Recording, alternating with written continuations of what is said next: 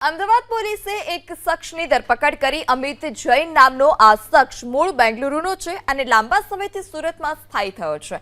એટીએમમાં તે શંકાસ્પદ રીતે આવ્યો હતો અને તેની પાસેથી 176 એટીએમ કાર્ડ મળી આવ્યા છે અને ખિસ્સામાંથી પૈસા પણ મળી આવ્યા।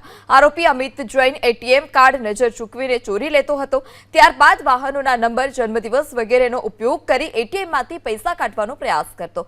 આઈટીનો અભ્યાસ કરનાર અમિત જૈન અગાઉ મોબાઈલ રિપેરિંગ કરતો અને બાદમાં સોના ચાંદીનો ધંધો પણ તે કરતો હતો। જો કે સોના ચાંદીની લેવેચમાં 2 થી 3 કરોડનું નુકસાન થતા એટીએમમાં ચોરીના રવાડે ચડ્યો।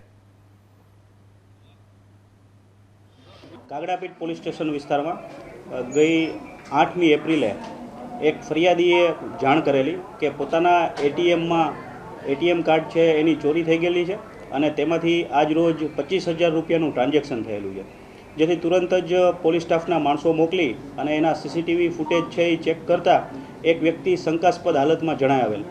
ત્યારબાદ બીજા દિવસે એટલે કે તારીખ 9ના રોજ ડી સ્ટાફને બાતમી રાહે હકીકત મળેલી કે એક વ્યક્તિ છે એ ભુલાભાઈ 4 રસ્તા પાસે શંકાસ્પદ હાલતમાં ઊભેલો છે અને એની પાસે કેટલાક એટીએમ કાર્ડ છે, જેથી તરત જ પોલીસને સ્ટાફને ત્યાં મોકલી આરોપીને હસ્તગત કરી અને પૂછપરછ કરતા એની પાસેથી કુલ 176 જુદી જુદી બેંકના ડેબિટ કાર્ડ છે એ મળી આવેલા।